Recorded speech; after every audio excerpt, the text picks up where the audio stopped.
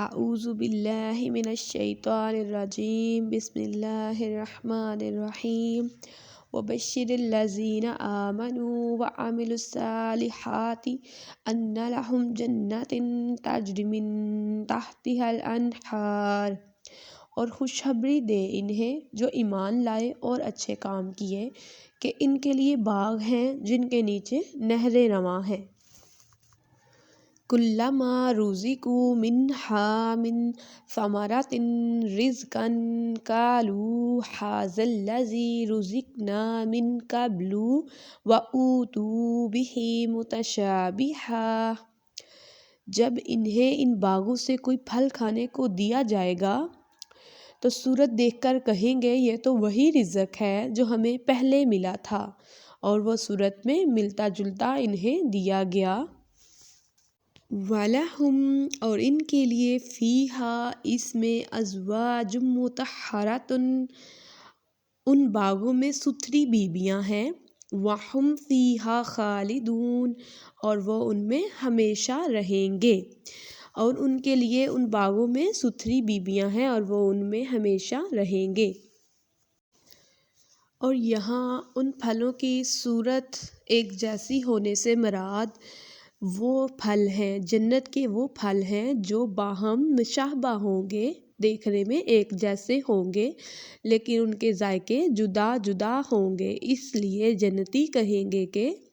یہی پھل تو ہمیں پہلے مل چکا ہے، مگر کھانے سے نئی لذت پائیں گے تو ان کا لطف بہت ہی زیادہ ہو جائے گا۔ سبحان اللہ، سبحان اللہ۔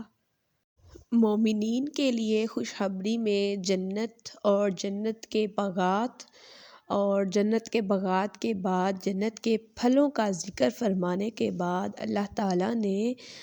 جنت کی بیویوں کا ذکر کیا ہے کہ یعنی جنت کے پھلوں کے بعد انہیں جنت کی بیویاں بھی میسر ہوں گی جو کہ ستھری بیویاں ہوں گی۔ اب جنتی بیویاں خواہ حوریں ہوں یا اور جو بھی ہوں گی، سب زنانیں عوارض اور تمام قسم کی ناپاکیوں سے مبرہ ہوں گی، تمام قسم کی گندگیوں سے مبرہ ہوں گی، ان میں کسی قسم کی کوئی ناپاکی، کوئی گندگی نہیں ہوگی، اور نہ ہی ان کے جسم پر کوئی میل ہوگا، اور نہ ہی کسی قسم کی بو ان سے آ رہی ہوگی، اور وہ ایسی خاتون، ایسی جنتی بیویاں ہوں گی کہ ان میں عام عورتوں کی طرح جیسے دنیاوی عورتوں میں بدمزاجی یا بدخلقی ہوتی ہے، ان عورتوں میں ایسی کوئی بدمزاجی یا بدخلقی نہیں ہوگی، وہ تمام قسم کی برائیوں سے، بدمزاجیوں سے، بدخلقیوں سے پاک ہوں گی۔ وَهُمْ فِيهَا خَالِدُونَ، اور وہ ان میں ہمیشہ رہیں گے۔ اس آیت سے معلوم ہوا کہ یعنی جنت اور اہل جنت کبھی بھی فنا نہ ہوں گے، یعنی نہ تو جنت کبھی فنا ہوگی اور نہ ہی جنتی لوگ یعنی اہل جنت کبھی بھی جنت سے نکالے جائیں گے۔ مسئلہ اس سے معلوم ہوا کہ جنت اور اہل جنت کے لیے کبھی بھی فنا نہیں ہے۔ ان اللہ لا یستحیی ان یضرب مثلا ما بعوضۃ فما فوقہا، بے شک اللہ اس سے حیا نہیں فرماتا کہ مثال سمجھانے کو کیسی ہی چیز کا ذکر فرمائے، مچھر ہو یا اس سے بڑھ کر۔ شان نزول، جب اللہ تعالیٰ نے آیا مثلہم کمثل الذی استوقد نارا، اور دوسری آیت او کصیب میں منافقوں کی دو مثالیں بیان فرمائیں،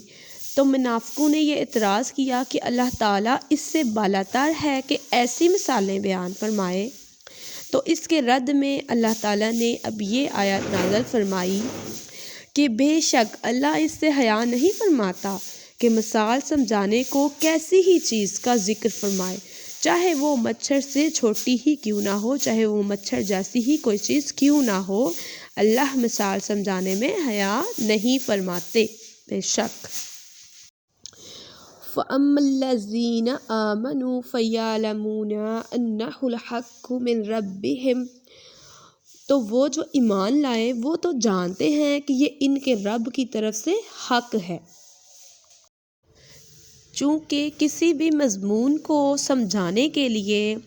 اس مضمون کے اندر مثالوں اور دلائل کا ذکر بھی لانا چاہیے، جس کے ذریعے ہمیں سمجھانا آسان ہوتا ہے اور اگلے بندے کو بھی پوری طرح سے سمجھ آ جاتی ہے۔ اسی لیے یہاں مثالوں کا بیان مقتضائے حکمت اور مضمون کو دل نشین کرنے والا ہے، اور عرب کے فصحاء کا بھی دستور یہی تھا، یعنی فصحائے عرب کا دستور بھی یہی تھا کہ وہ جب بھی کوئی چیز سمجھاتے، کوئی مسئلہ سمجھاتے یا کوئی مضمون بیان فرماتے تو اس کو مثالوں کے ذریعے سمجھاتے، مثالیں دے کر، دلائل دے کر سمجھاتے تو سمجھ آ جاتا۔ تو اس لیے اس پر اعتراض بالکل ہی غلط اور بے بنیاد ہے، اور یہ اللہ تعالیٰ کی بیان کردہ مثالیں بالکل حق ہیں۔ وَأَمَّا الَّذِينَ كَفَرُوا فَيَقُولُونَ مَاذَا أَرَادَ اللَّهُ بِهَذَا مَثَلًا يُضِلُّ بِهِ كَثِيرًا۔ رہے کافر تو وہ کہتے ہیں ایسی کہاوت میں اللہ کا کیا مقصود ہے، اللہ بہتروں کو اس سے گمراہ کرتا ہے۔ وَيَهْدِي بِهِ کثیراً، اور بہتروں کو ہدایت فرماتا ہے۔ وَمَا يُضِلُّ بِهِ إِلَّا الْفَاسِقِينَ، اور اس سے انہیں گمراہ کرتا ہے جو بے حکم ہو۔ یُضِلُّ بِهِ یعنی کفار کا یہ جو مقولہ ہے کہ اللہ بہتروں کو گمراہ کرتا ہے، اس کا جواب اللہ تعالیٰ نے اس سے پچھلی آیت میں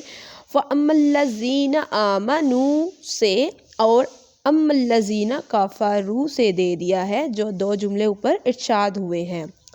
ان کی تفسیر یہ ہے کہ اس مثل سے بہتوں کو یعنی بہت ساروں کو گمراہ کرتا ہے، یعنی ان کو گمراہ کرتا ہے جن کی عقلوں پر جہل نے غلبہ کیا ہوا ہو، اور جن کی عادات مکابر و عناد ہیں، یعنی جن کی عادات ہی ہیں وہ کفر و عناد میں ہی گرے ہوئے ہیں، اور وہ لوگ جو امر حق اور کھلی حکمت کے انکار سے مخالفت کرتے ہیں،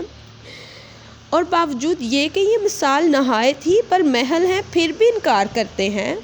اور اس سے اللہ تعالیٰ بہت سے لوگوں کو ہدایت فرماتا ہے جو غور و تحقیق کے عادی ہیں، یعنی اللہ تعالیٰ ہدایت ان کو فرماتا ہے جو غور و تحقیق کے عادی ہیں، جو غور کرتے ہیں، سوچتے ہیں، اپنے دماغ سے کام لیتے ہیں،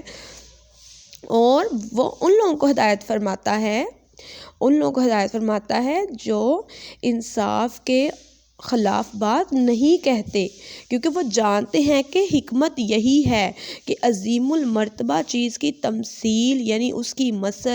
مثال کسی قدر والی چیز سے ہی دی جائے، اور اگر کوئی حقیر چیز ہے تو اس کی مثال کسی ادنا شے سے ہی دی جائے، جیسا کہ اوپر کی آیت میں حق کی نور سے اور باطل کی ظلمت سے تمثیل دی گئی ہے، تو اللہ بہتر مثال دینے والا ہے بے شک۔ تو اللہ بہت سے لوگوں کو اس سے گمراہ کرتا ہے اور بہت سے لوگوں کو اس سے ہدایت بھی فرماتا ہے،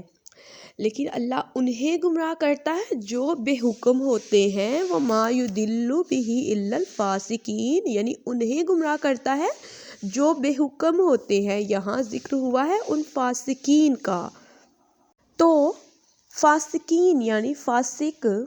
اس نافرمان کو کہتے ہیں جو کبیرہ گناہ کرتا ہے، یعنی کبیرہ گناہ کا مرتکب ہو جاتا ہے۔ فسق یعنی فاسق آدمی کے، فسق کرنے والے کے 3 درجے ہیں، 3 طرح کے فاسق ہوتے ہیں۔ نمبر 1 ایک ہے تغابی، یہ وہ آدمی ہے یعنی یہ وہ فاسق ہے جس نے گناہ کیا، یعنی گناہ کبیرہ کا مرتکب کیا اور اتفاقیہ ہوا، یعنی اس سے اتفاقیہ کوئی گناہ سرزد ہو گیا ہے اور اس کو وہ دل سے برا بھی جانتا رہا ہے۔ اور دوسرا وہ فاسق ہے جو انہماک ہے، انہماک کے کبیرہ گناہ کا عادی ہو گیا ہے اور اب اسے بچنے کی پرواہ ہی نہیں رہی ہے۔ تیسرا فسق جحود ہے کہ ایسا شخص جو حرام کاری یعنی حرام کام کو اچھا جان کر کرتا رہے اور پھر مسلسل کرتا رہے، وہ شخص یعنی یہ تیسرا درجہ جو ہے ایمان سے محروم ہو جاتا ہے۔ پہلے دو درجوں میں جب تک اکبر کبائر یعنی شرک و کفر کا ارتکاب نہ کرے، پہلے دو درجوں والا شخص یعنی کہ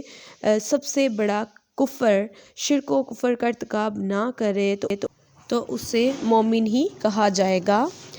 یہاں فاسقین سے مراد یہ تیسرے درجے والے نافرمان لوگ مراد ہیں جو ایمان سے خارج ہو گئے۔ قرآن کریم نے کفار کو بھی فاسق ہی کہا ہے، یعنی قرآن میں کفار کو فاسق کہا گیا ہے، جیسے ان المنافقین هم الفاسقون کہ منافق ہی فاسق ہیں۔ بعض مفسرین نے یہاں فاسق سے مراد کافر لیے ہیں اور بعض نے منافق اور بعض نے یہود کو ہی فاسق کہا ہے۔